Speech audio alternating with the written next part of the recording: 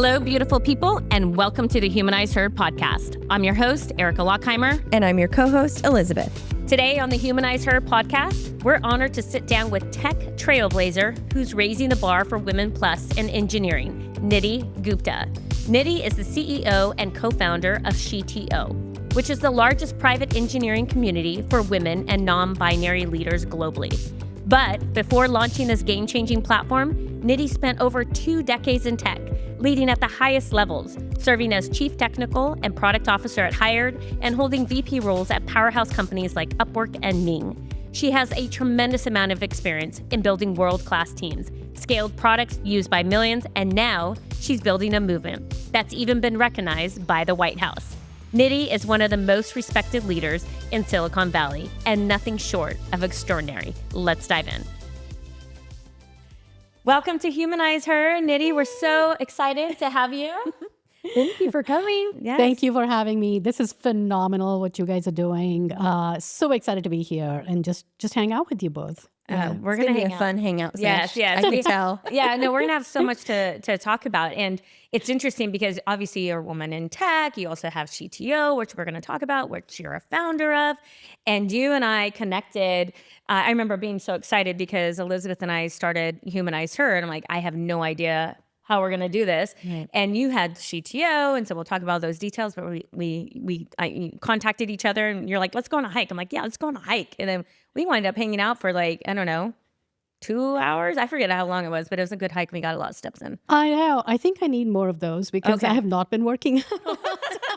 Well, you look good. I was going to say a hike for me would probably be 3 or 4 hours, to be honest. It's not my jam. It was flat. It was Okay, totally wait. flat. Are you shaming us? No, I'm saying you're fast. You're very fast. Okay. Yeah, I would be dragging you down, we I could have think. interpreted that very differently. Oh, okay. Well, I'm glad we clarified. That's why we're here. Yeah. No, but you have an incredible journey. And I think what you've done with SheTO, which we'll talk about as well, is just phenomenal. And we share so many similar passions of just up-leveling women and having a platform for their voice and just really promoting them and just like putting them out there in the world. So, but we also want to know who you are as a human, right? And get the human side of you. So if you can walk us through a little bit of your career journey, wherever you want to start, but kind of walk us through like how you started and, an invitation of like where you're at today. So. Yeah. Okay. Thank you. So, first, thank you for giving me this platform and creating this platform. And I love the mission of HumanizeHer. Sorely needed in this world today. Okay, so starting with my We just gotta say thank you. Validation. Validation Thank is you. always nice to hear. Of Thank you, course. Nidhi. And coming from you. So check. Yeah. Of course.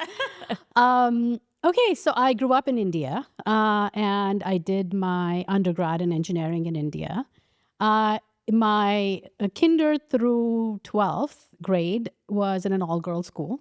Okay. And then I went to an engineering school, which I say it was an all-boys school. Yeah. The reason why it was an all-boys school is because literally, I think in my class, 100 kids, there were 4 of us who were girls. In the entire class, in my entire graduating class, there were 500 kids, of which there were 10 women. Wow, goodness. We didn't even have a girls' restroom. What? Wow. Really? So, yeah. I mean, we literally would band together, go to the boys' restroom with one of us standing guard outside. Okay, it was clearly designed without women in mind at all. Exactly. And we were truly aliens. I mean, Yeah. I still remember the first 6 months was just fully hazing. As if they were aliens who had landed on another planet. They didn't know what girls looked like. So they would just completely just keep talking to us. I'd never visited a classroom in the first 6 months because we were just so out of place in that college, right? Wow. Secondary school, right? No, this was college. This was college, like my okay. undergrad in Okay. engineering.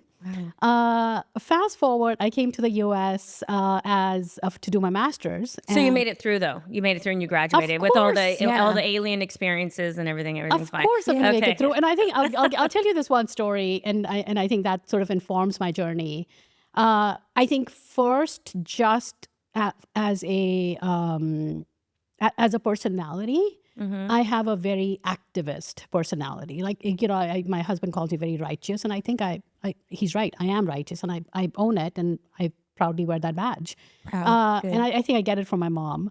And I think that, coupled with the experiences that I had during my undergrad. So I'll give you a story. I don't know if you did in your undergrad. The first year of engineering is common across all disciplines, right? So you do smithy, you do the iron shop, you do filing, you do welding, assembly. Did you do that? Okay. Yes, Your you do ones and everything. zeros, you got to know those. Right, exactly. So they basically familiarize you with all different types of engineering before you do your specialization. And it was an iron filing shop, and the job was basically they give you a piece of iron, and you have to file it until it's super smooth, and you hold it up in light, and you put a ruler on top. And if there's no light filtering through, then you know that you've done a good job. It's super smooth. And I do my piece, and I take it to the lab ass. Not an ass, but lab assistant. I was going to say, did you mean to say lab ass? Is that a technical term? Lab assistant, but yes, in this context, it's a technical term. That's hilarious. So I take it up to the lab ass, and he looks at it, and he looks at me, and he says, "For a girl, that's okay." I was like, "Fuck you." Yeah, that is a jackass. And That's I'm right. like, I am going to take this and make this the best goddamn piece that you've ever seen in your life. And I, bless my heart, my own heart, I went and I filed until he had to admit that it was the best piece that he had ever seen.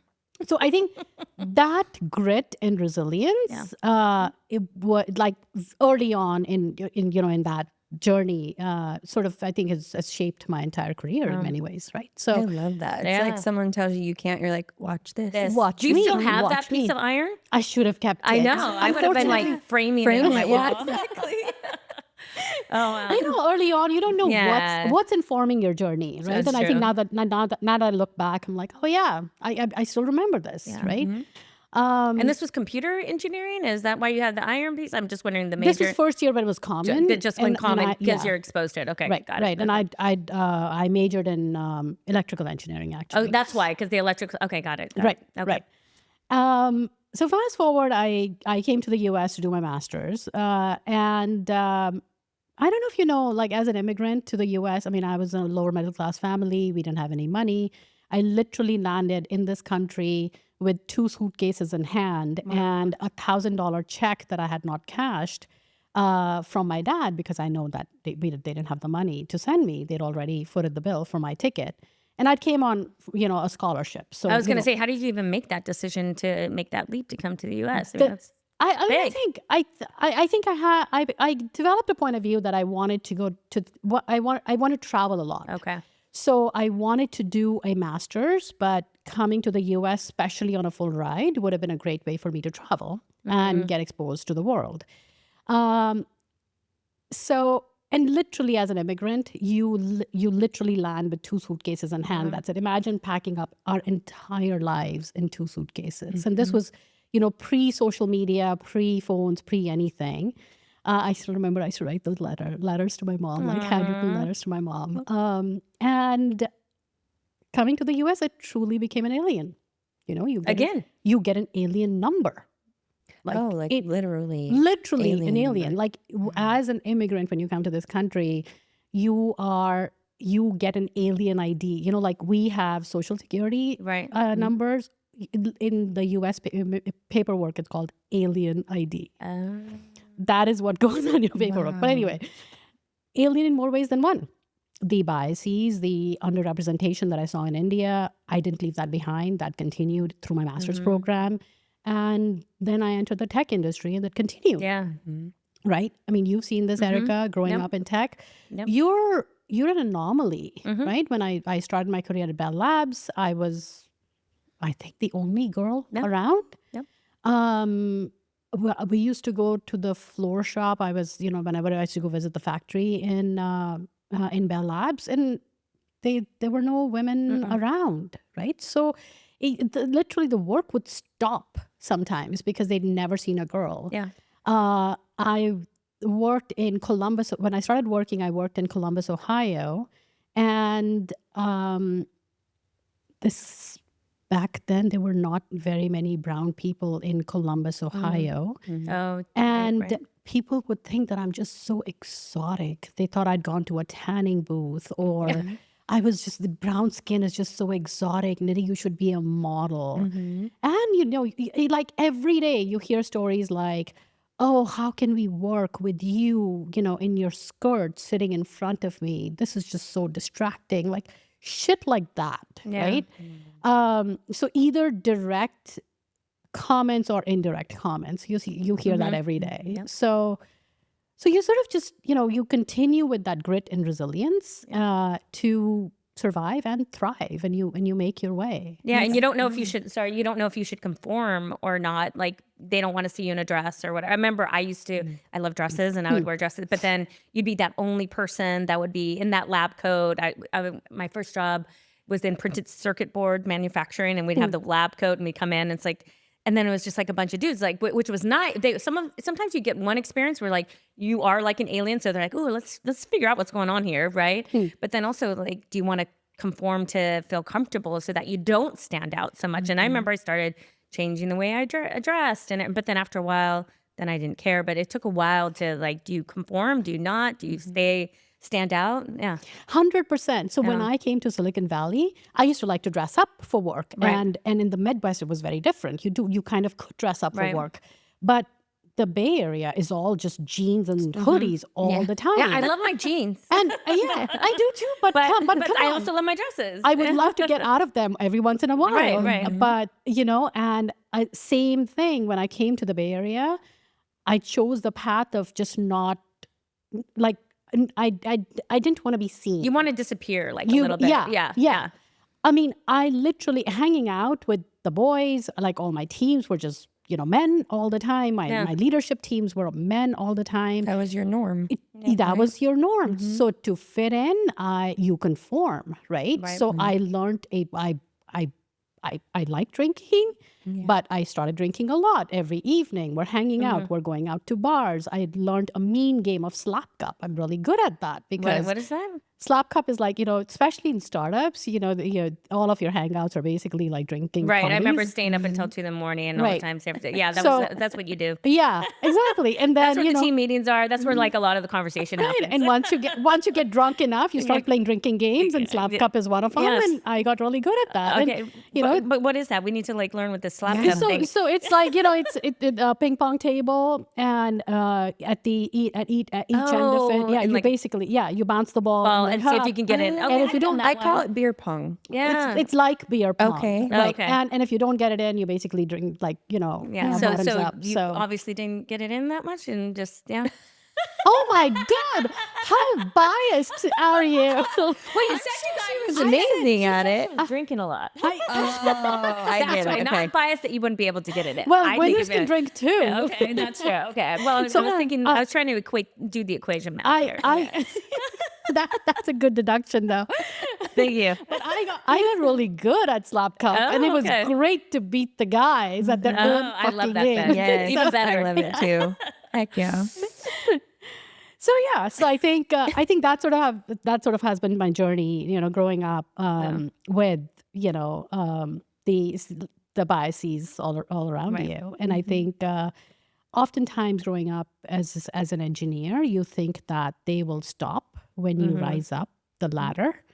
Unfortunately, I think it gets worse. Yes, they get worse, and because what you have to face is now you're like, oh.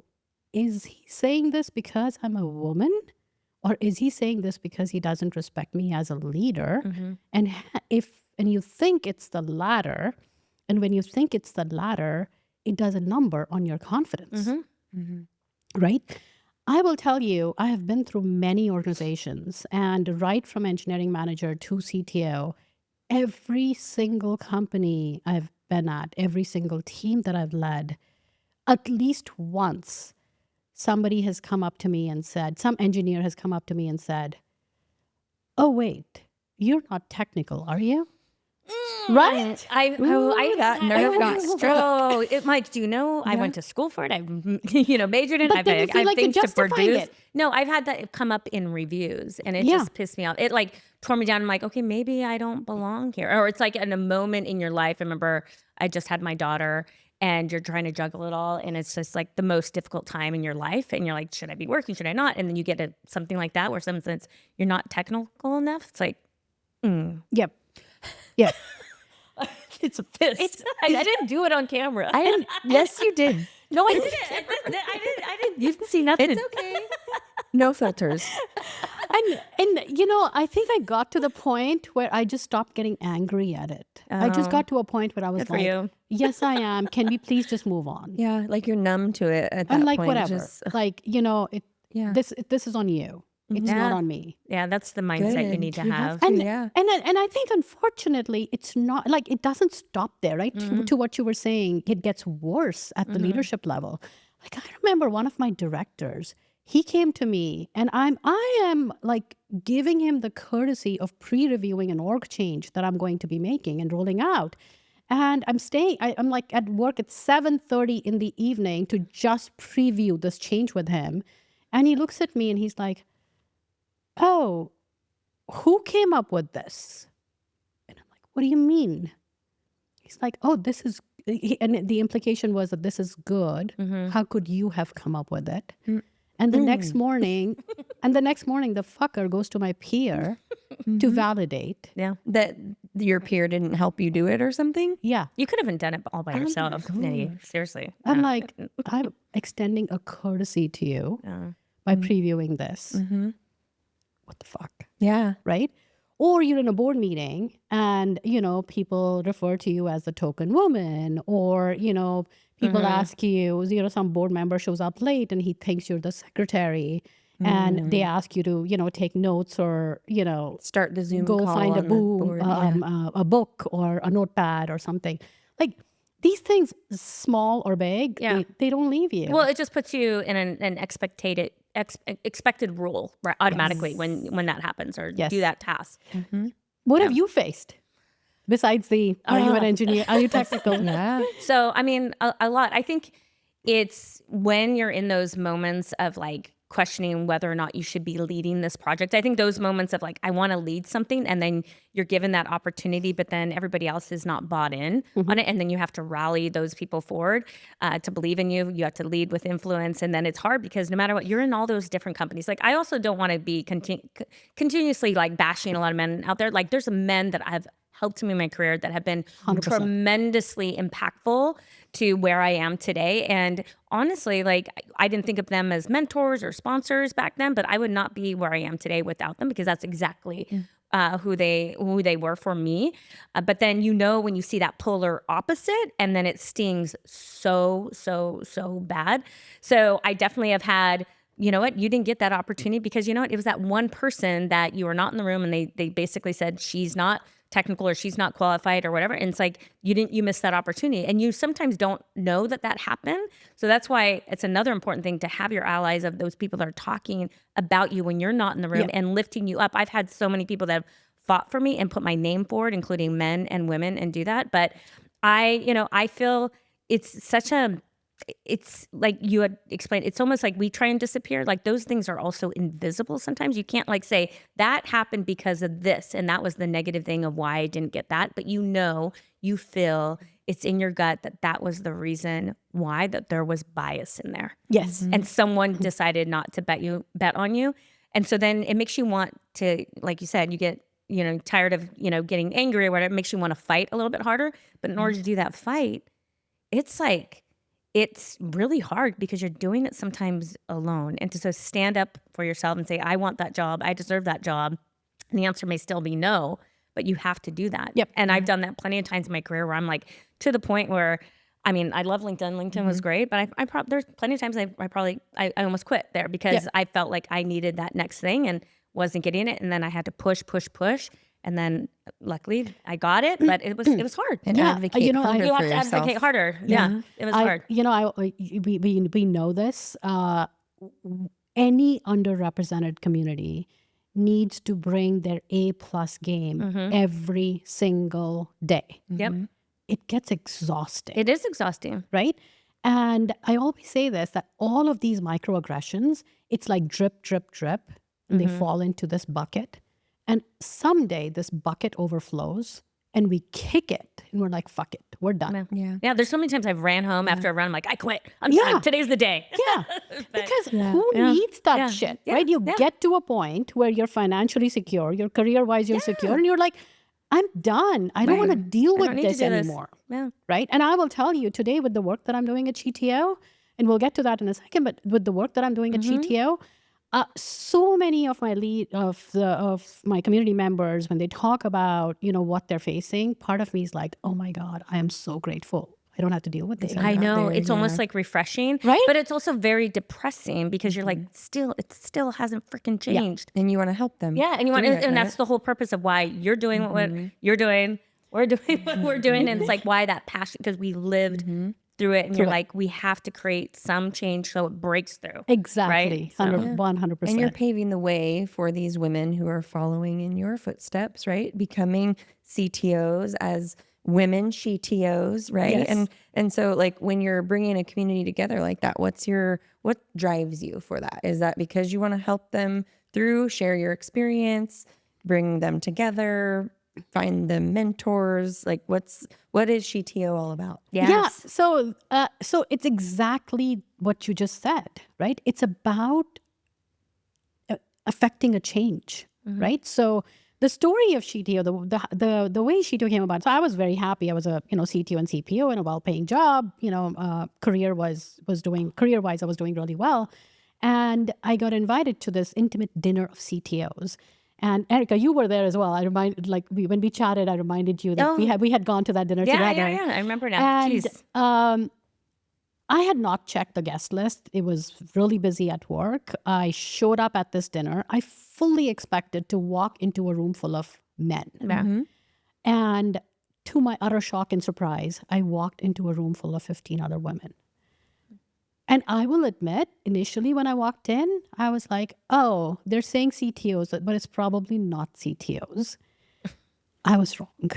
And boy, was I wrong. There were 15 other women who were CVPs, SVPs, CTOs, VPs at amazing companies across the valley.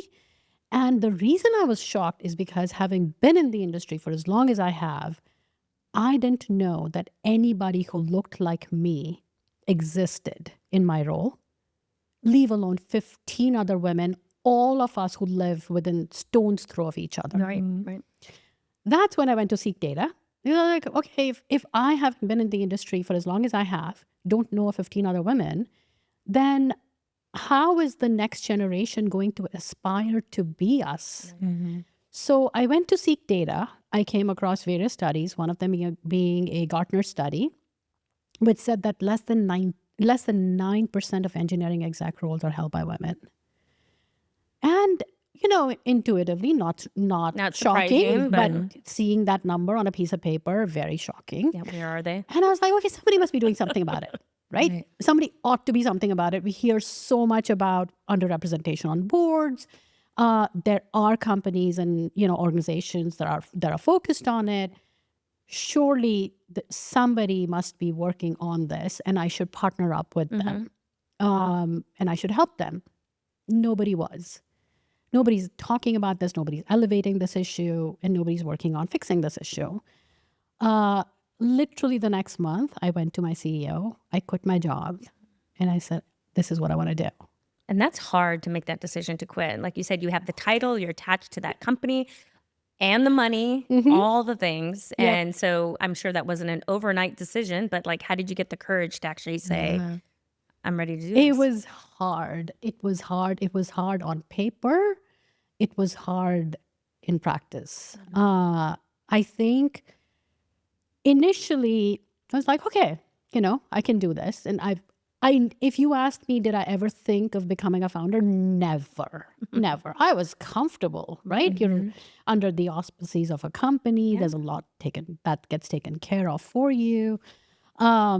Great money, great career, great visibility. Why would anybody quit? right? An easy answer would have been, okay, let me just go donate somewhere.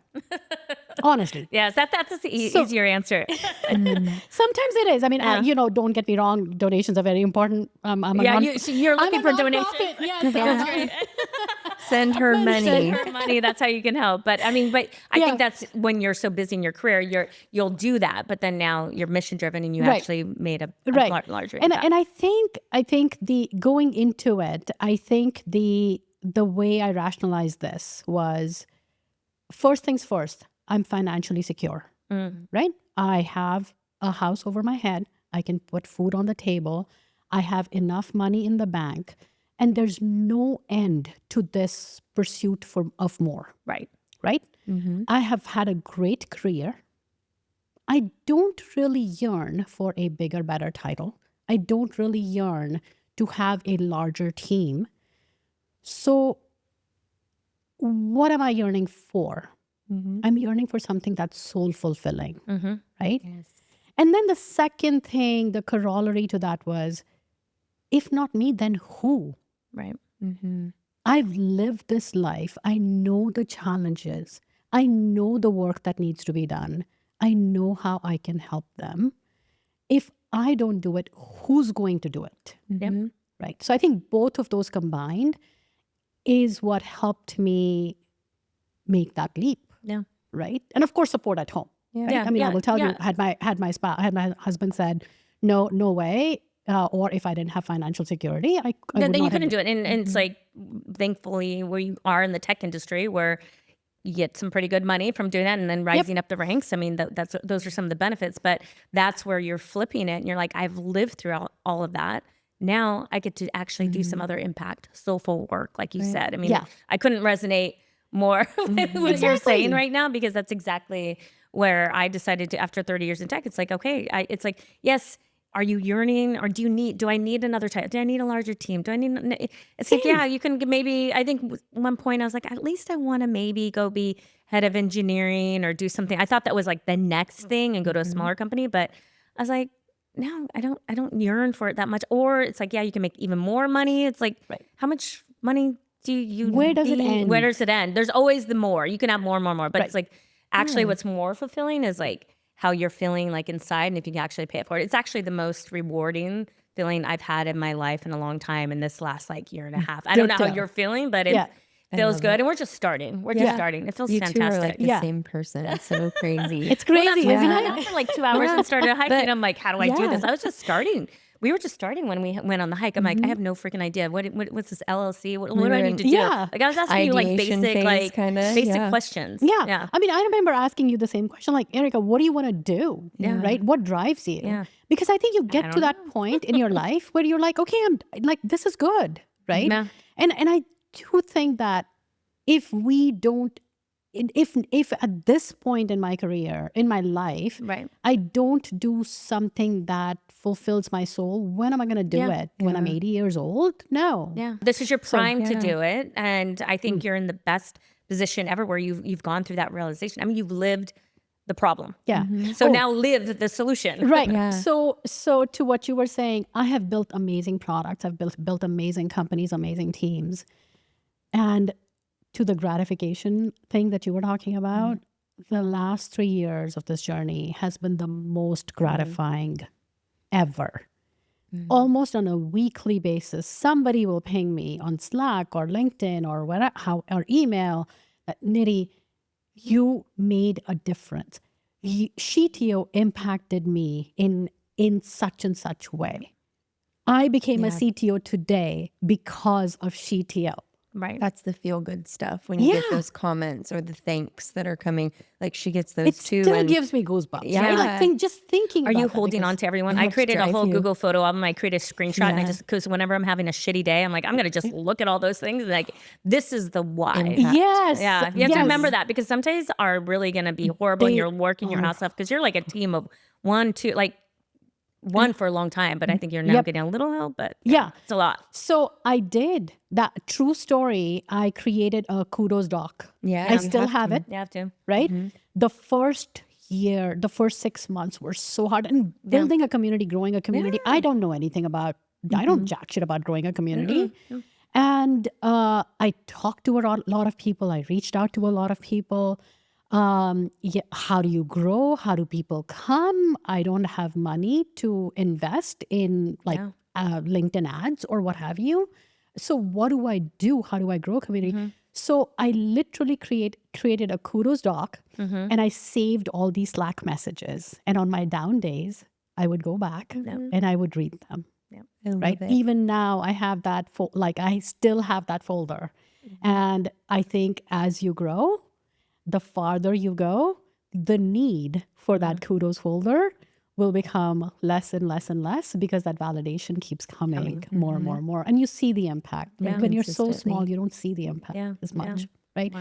I think the one thing I will share with you that you should always remember, my motto going in was, even if I impact one life, if there's one career change that I affect, then it's worth it. Yep. I agree with you. She says that all the time. Yeah, I say Yeah. You're speaking my love language. Because like even if I quit tomorrow, this is a lot of money, it's a lot of time, a lot of commitment to everyone, even behind the scenes, and it's like it was worth it because I know that one person that encouraged them to either continue forward or make one of the most difficult decisions in their life, and they knew they had a community and they knew they had a bunch of women, including allies, behind their back that was like, you got this. And that's sometimes all you need is some community to go to and get you through it. So I agree with you. But it's also, you're like, just one, but I want more, right?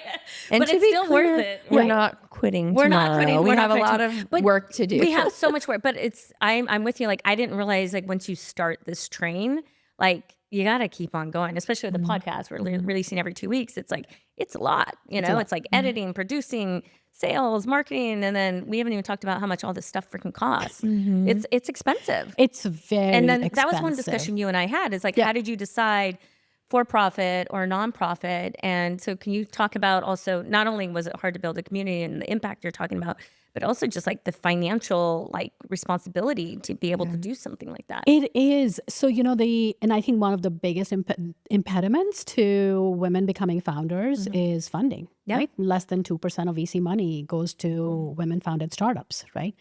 But first things first, in terms of how I wanted to incorporate SheTO. So I was, very rosy-eyed when I started this, very mission-driven. So, and, I think growing up in the tech industry, you pretty much know that if you are a for-profit business, then at some point, revenue considerations will supersede the mission. And I just didn't want that to happen.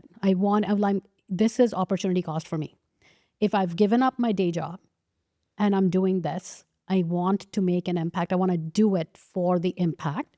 I don't want any revenue considerations coming in the way. The rosy-eyed, the rose-colored glasses comes into play because I was like, this is needed. I'm doing something for the industry. The industry talks about how underrepresented we are. Less than 12% of engineers in Silicon Valley are women, at most companies. So people will just come.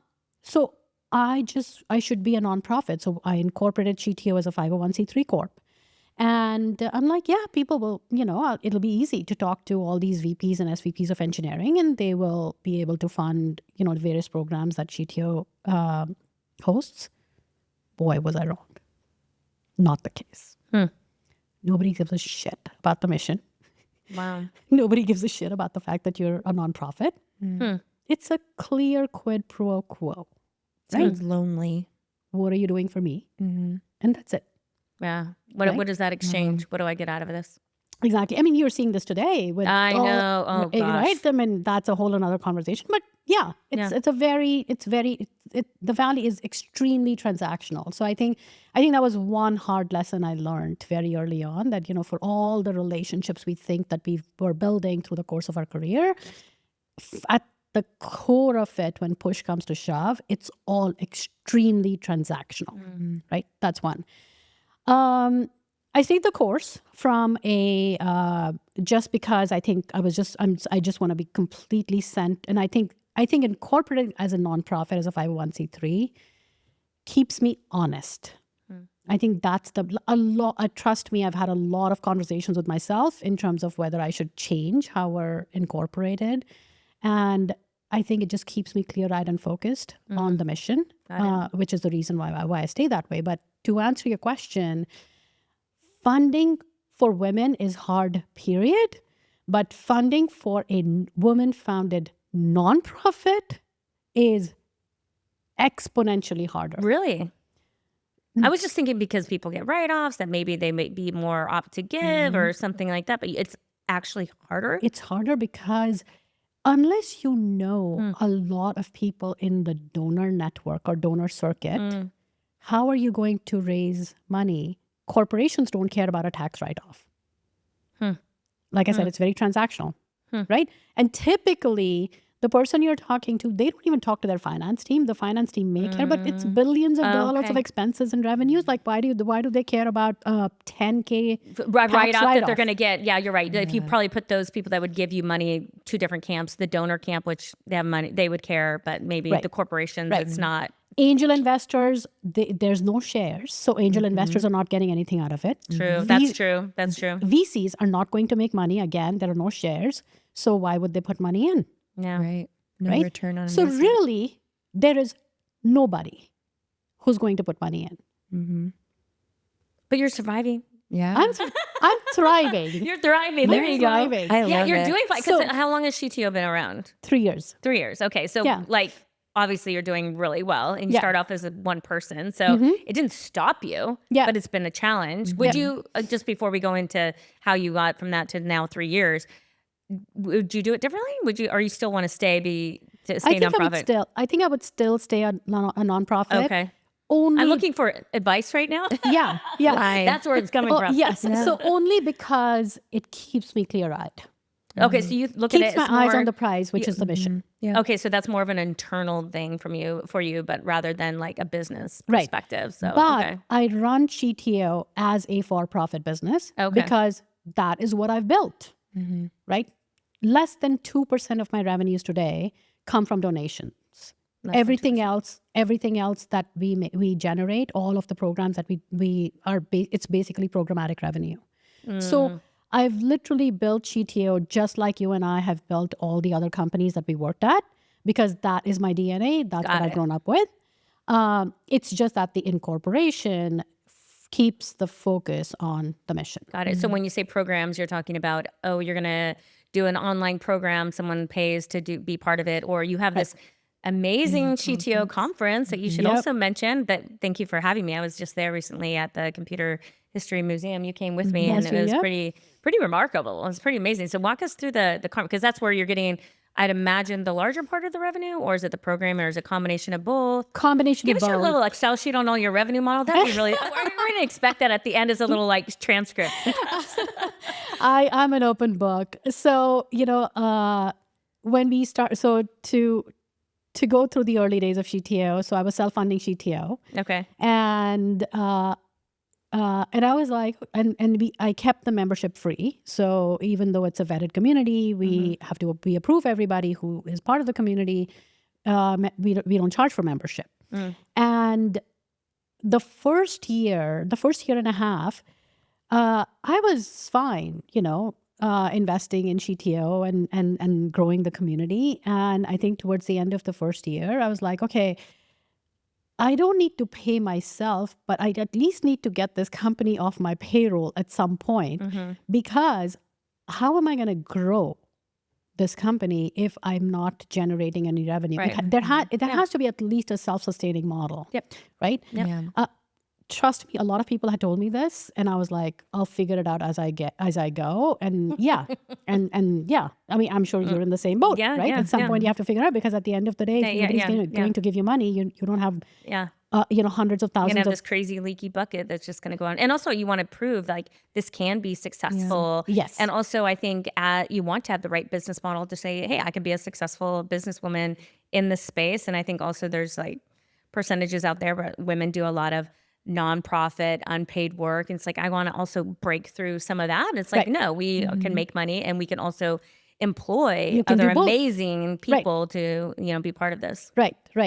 So my path with SheTO was, I'm just going to keep taking more and more and more, taking on more and more work, because we both done a lot of layoffs in our lives, right? Yes, Laying off people is unfortunately, hard. yep. So I didn't want to be in a position where I hired somebody too early. One, it increases my cost basis. But second, if I can't generate enough revenue, I'll have to fire them, which is just heartbreaking. Yeah. So, so basically, the first 2 years, I was basically a solopreneur.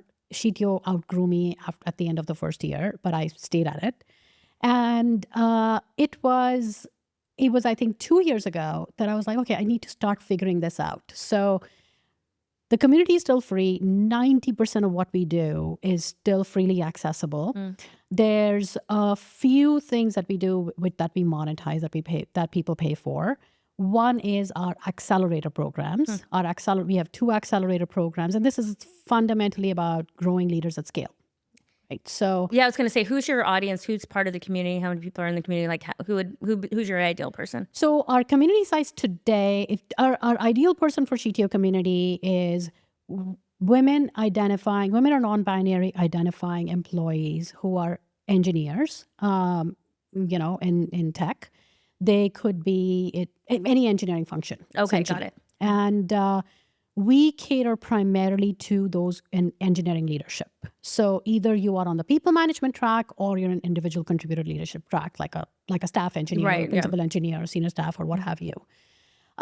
We focus on helping provide the network and the acceleration and the training that's needed to accelerate your career. To move that 9% number, what I'm working on is to help accelerate these leadership careers to grow leaders at scale. One of the ways we're doing that through a variety of different programs. So in fact, this year, we're doing something very, very unique. What we're doing this year is we have a theme around all of our programming. Okay. And the theme for all of our programming is Journey to Becoming a CTO. And every quarter, we have a sub-theme that ladders up to becoming a CTO. So for Q1, it's about becoming a leader. So making the transition from an engineer to a leader. Next quarter, it's going to be about, so essentially it's like steps, big steps that you have to Building take. the actual path to get there. Right. So all of the events that we're doing, free or paid, are all around that sub-theme. And then in Q4, when we have our big summit, we will celebrate all of these events together, and it'll come together in a very big way. So the 2 programs that help generate revenue for us and the audience for us is the accelerator programs. Accelerator program, we have 2 of them, Management Accelerator and Leadership Accelerator. Management is for first level leaders or managers, or those who are aspiring to be first level managers, or who are already in seat but looking to excel, and or those on the equivalent IC track. And leadership is for second, third, fourth level managers. I will tell you, Erica, these are unique programs. They are built by engineering leaders like us. Cool. For engineering leaders. It's like the coaching, mentoring, training I used to give to my That's great. people in my organization, all role play based, real world situation based. The results have been amazing. Wow. We've had over 150 participants in these programs, in both of these. We have I'm a geek, so Well, we already know that. So I generate data for pretty much everything that we do to make sure that it's impactful. 100% of participants feel that they became more confident leaders because of the program. That's great. And then we survey them 1 year later to see the long-term impact of this program and to see if we're fulfilling the mission of growing leaders at scale. 1 year later, now they've gone through a performance review cycle. 100% of them got improved performance review feedback. 47% of them got promoted within the first year. That's impressive. That's massive. That's a big number. Yeah, Yeah. 47% That's impact right there. in the first year. Oh my gosh. Right? That is the impact. It sounds that like I'm more looking than one for. person that you have impact for. Keep on going. There you go. So that's one bucket of work that we do. And, people always ask me, how many of these do you do in a year? Like right now we do two, like we run two cohorts, one in each half of the year. But honestly, this is what's gratifying. Yeah. I would do these just like you would do as many podcasts and as many interviews in a day. I would do these day in and day out, nonstop. The other thing, you were at the summit. The other thing that we do is the summit. And you've done that how many? This is your second year? Is We've your done two right, years in a row. Now it's an annual thing, and we'll do it. We'll have it again in October of this year. And so go ahead. Sorry. Nope, go ahead. What does your summit look like? It's like you want to keep it intimate, or are you trying to get to be like the next Grace Hopper conference? What's your goal for that? It's a struggle. It's interesting that you asked that question. So the first year we had 200 people, and I will tell you I'd never organized a conference before. I had no idea what I was doing. And going in, people asked me, how many people are you expecting? It's a ticketed event, right? How many people are you expecting? I was like, 100. On a good day, maybe 100. We were sold out. We had 200 women show up. Max capacity. Yeah. Last year, I was like, I can double. Why not? 400. And one of the things I was afraid of going in was, is it still going to be that impactful, intimate experience? That's what I always get worried about on the community side, because I do want to do community with Humanize Her, and something we talk about, but I think intimacy is so crucial. You have to get it right. But I think that's where and it was interesting.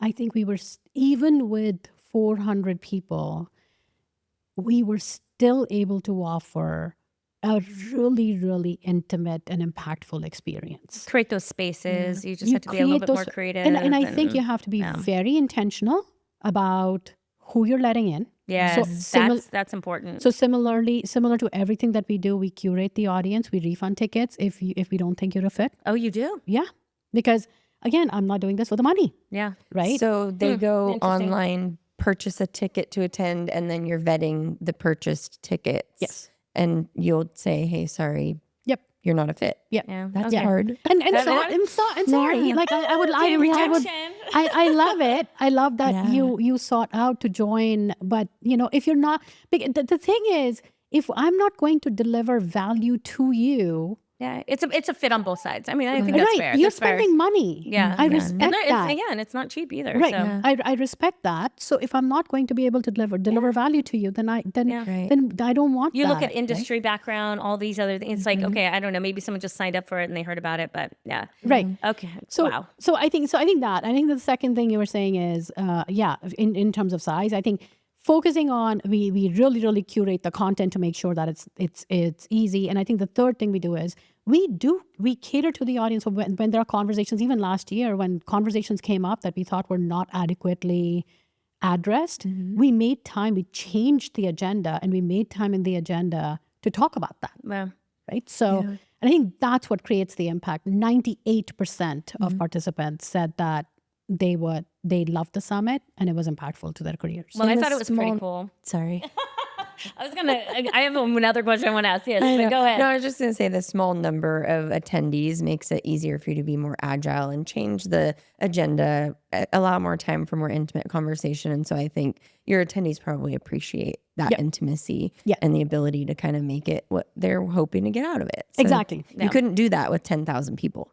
Exactly. Exactly. And I think that's where I go back to the mission, right? So to me, every single program that we host, I look at the impact numbers, and if it's not driving impact, then I cut it. Yeah, that makes sense. Okay. Yeah, Go it's good. No, I just want to be. I want to talk about the White House. Oh yeah, what was that about? I know. So I'm because I love all the things. I love the conference, but I'm like, you also did this other. I want to make sure we get that part in. So talk about that. How'd that happen? To be very clear, not this White House. That would never happen. It was completely. Oh, okay, got it. It was. It just took a little bit. It was completely out of the blue. It was a previous White House last year. At I think 6 a.m, I woke up. I read my email, and there was an email in my mailbox from one of my board members, Nandini, who had forwarded me this email, which said, you have been invited to a White House briefing. And I'm like, oh my God, Nandini, is this a phishing attack? You fell for it. Right. And I looked at all the from addresses and then my hands are shaking. I'm like, oh my God, these what is people. happening? Yeah. So through my network, the White House was inviting women founders who were impacting the community. And they had heard of SheTO, or however, their outreach office had heard of us. And through our network, somebody nominated us or somehow we got invited. And You don't know how? it was like through some connection, but we literally don't know Wow. So whoever's listening, we need to find out. exactly how that came about. But the long story short, it was a White House briefing to acknowledge some of us. It was just 15 or 20 of us, all women founders. Wow. Amazing backgrounds, amazing companies and nonprofits and for-profits that they founded. And the best part was, it was not just recognition, it was a conversation. So we had various members of the administration come give us a briefing, talk about the work that they were doing and how we could benefit from it. And we could give them feedback in terms of what was working, what was not working. So, I mean, I will tell you, 30 years ago when I landed in this country, 2 suitcases in my hand, never ever thought that I would be invited to the White House. So that was a pinch me moment. Amazing. So That's amazing. exciting. Yeah. Wow. And they want to learn from you. Yeah, and what you're doing. Yeah, and like, for SheTO to like get recognized, That's and, huge. at that level, I was like, whoa, that's crazy. Okay. You went from alien to White House guest. Yes, Again. That's right. We gotta just make like a bumper sticker for that or something. There you go. Perfect. Well, Nidhi, we can talk to you forever, and we're not finished because I need to learn a lot from you, and so we're gonna hang out. A lot more We have a lot more questions. Yeah. Because We we're can help just each getting other. started. Yeah, from a bit, and then collaborate. And I think that's another thing, to help each other, because there's so many women organizations out there and we're all fighting the fight in some unique way, but we're not competing. We're better and stronger together. So the more that we find that collaboration and we're all a little part of that slice and we all come together and make impact, I mean, that's how we can do it. So I'm excited to continue the conversation. And one thing that we do on the Humanize Her podcast is it's about elevating women's voices. And so if there's a woman or two or whatever that you want to, whoever you want to elevate in this moment so they can, just hear you say that, and that would be fantastic. So, I will say 2 things. One, there's nobody in particular, but I want to just give a shout out to the next generation of leaders. At the end of the day, for my daughter, for your daughter, at the end of the day, we're doing this for them, right? So for anybody who's entering this industry today, or anybody who's going to enter this industry or whichever industry in the future, when they enter, they are idealistic. I would love for them to keep that optimism and idealism. That's great. Do not conform. Yeah. Like, what we chose to do sometimes. And I'm like, keep that idealism, keep that activism, keep that optimism, because that is how you will drive change. Specifically in terms of, I think Kim Scott comes to mind. Oh, yes. She's amazing. Kim is a friend. She's amazing. She's a fucking badass. That's one of the reasons I love her to death. I think we're very, very similar in our personality. So she's doing some amazing work. She's written some amazing books. Radical Candor. Radical Candor Yes, has been like my Bible, and Radical Respect was her last book. So yeah. So Kim Scott comes to mind. I think who else? I think I got 2. Yeah, I think you covered it. Yeah. Yeah, you talked to everybody and then you narrowed it on one. So good job. Yeah, thank you. So we'll bring Kim on next. Yes. Actually, I was talking to her. She said she's all game. So yeah, That's exciting. She's amazing. Yeah. You love her. Yeah. Okay. Awesome. Well, thank you, Nidhi. This was amazing. And yeah, like we said, we'll continue the conversation. But for today, I think Thank you that's a so wrap. much. That's great. Thank you. Stay at it. On you. your down days. Yes. On your down days, refer to that kudos doc or that folder. But if that doesn't work, call me. Thank you. Every founder's journey is hard. It's very hard and it's very lonely. When people tell you they will help you and they will not help you, that's okay. That's just par for the course. Don't take it personal. Yeah.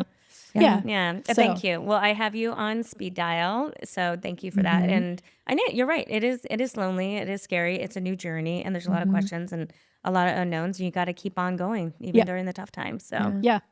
And I'm sure there's moments where both of you have felt like, should I continue doing this work? Like there's the down days, right? Heck yeah. But I was going to ask you, and I don't know if this is for the podcast itself, but like, do you time box yourself on how long you're going to do this? Or is there even a cap on the amount of money you're willing to put towards it and invest? Because you have to be a smart businesswoman at the end of the day.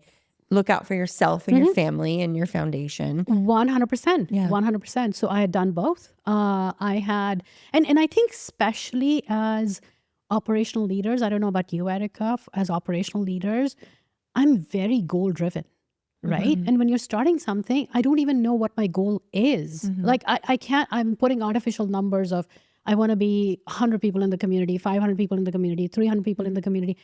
I'm making numbers on my ass. Yeah. Right. Now I have predictability. Now we're 4,500 big. And, I know like I have predictability in terms of how far I can get. But back then I didn't. you're just doing, Starting. doing. So I set aside a budget. And in addition to the budget, I actually, my past CEO gave me this advice, which I thought was brilliant. He said, and we didn't talk about this, but there's identity crisis. Oh, yeah. Right. Absolutely. So I went through an identity crisis. Like if I'm not an engineering leader, who am I? Oh, 100%. Right. So We're still engineering leaders. yes, exactly. You are. So my CEO gave me this advice. He's like, you're so high functioning and goal driven. Set yourself a goalpost. So I literally started working on SheTO in earnest in August, and then I set a goalpost for December. I'm like, if at the end of the year, if I feel like I'm making a difference, if I feel like I'm going somewhere, I'll have a conversation in my head to decide whether I should continue. And of course, and also if I'm still feeling FOMO of leaving that life behind, then I'm going to decide what I do next. December came, I had the conversation in my head, and I said, I want to continue. And my next goalpost was summer. Okay. Summer came and went. I didn't need to have the conversation.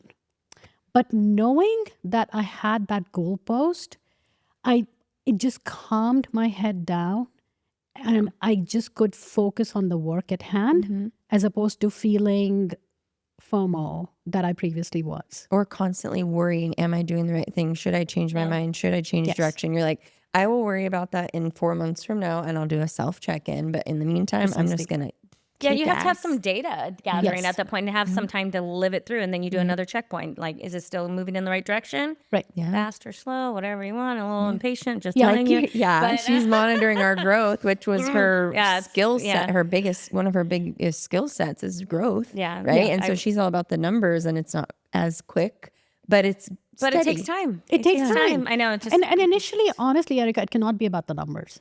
I hate to break it to you, because the numbers will be so small. I know. Yeah. We have I know, in fact, at a very large scale. Yeah, We're and I not- think that's probably what I'm used to. It's like just being in tech. It's like it was always about the numbers, and then when you're on one of the largest social networks with hitting 1 billion users, big. I mean, where do you compare Exactly. yourself to? So initially, it cannot be about the numbers. And initially, it has to be about the emotion, and that's the reason. I like that. And that's the reason I came up with my metric of if I impact one person's life, it's worth it. Okay, we need to coin that one. It's not about the numbers; it's about the emotion. It's an That's the attainable goal, metric. too. That's the metric. Yeah.